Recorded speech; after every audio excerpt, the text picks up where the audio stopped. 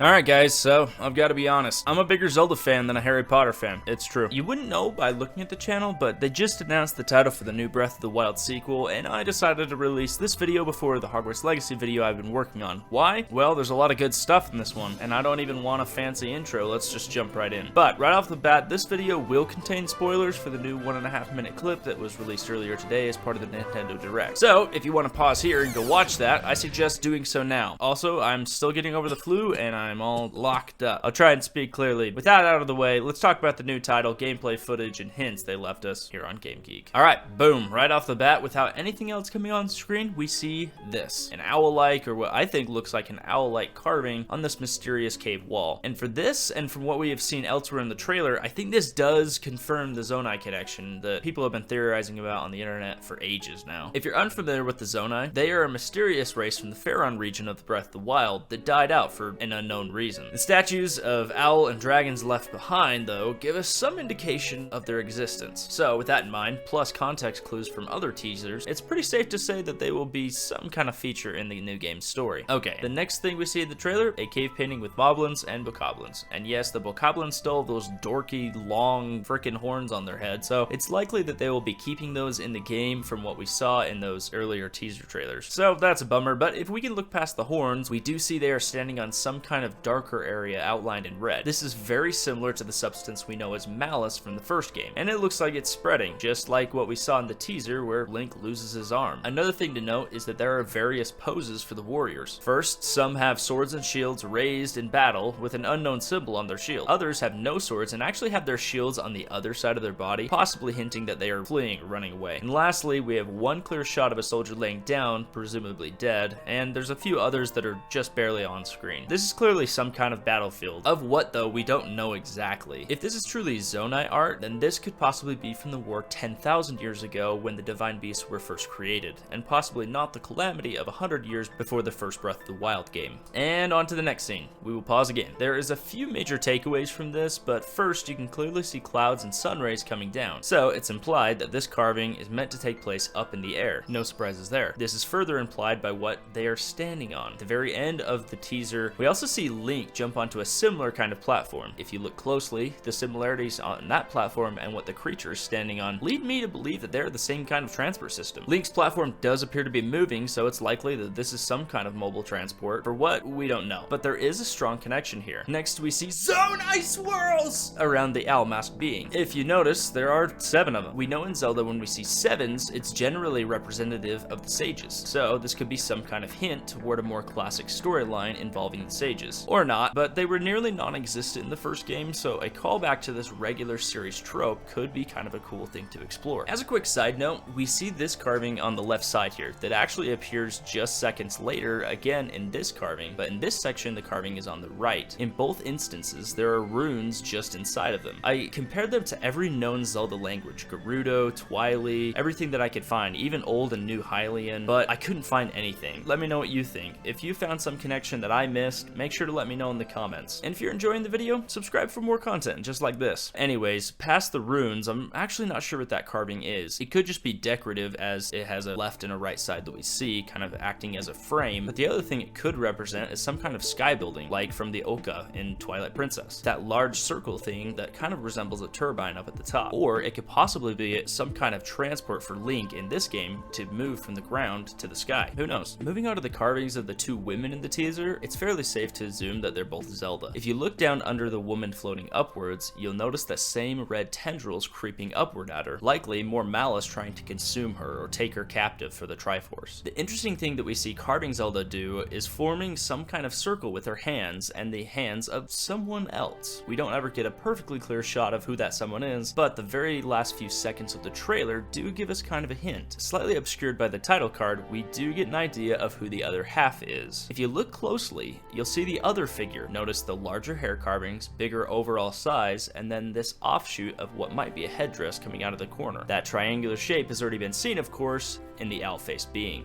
So, not a huge spoiler, but interesting nonetheless. You'll notice the 2 Zonai swirls above them as well, this time inside of a single circle, not separated like the other 7. Another key detail is the dragon imagery in the trailer. We see it mainly in 2 places, on this gigantic door that Link just muscles open like it's frickin' nothing, and here on the title card. It's interesting that these dragons are used because it fits perfectly with the Zonai angle that we've been theorizing about. Statues with dragon heads like these are all over the Faerun region, notably at the mouth of the Dracozu Lake guarding the Spring of Courage. Another point I'd like to make is the idea of duality. In both instances, we see 2 dragons, although the title card we actually see how they interact to create a whole circle, much like the way that Zelda and the owl face creature create a circle with their hands, and the Zonai swirls are also in one circle. I'm not exactly sure how this would play into the story as a whole, but I do have one theory, and that might open our eyes into what this could mean. Now, I know that this one is really out of left field, but maybe, just maybe, there could be more to the Zonai than just an ancient race of warriors. They actually might have a connection to another well-known race in the Zelda series, and I know I'm gonna get a bunch of hate for this in the comments, but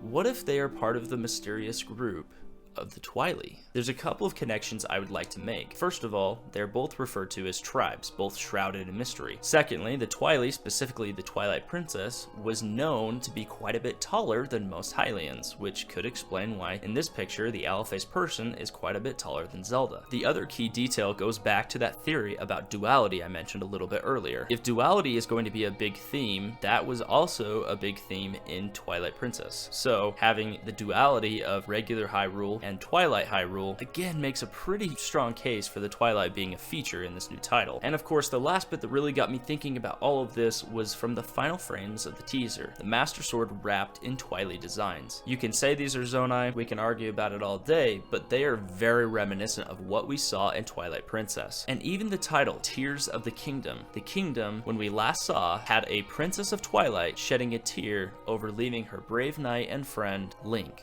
the hero of Twilight.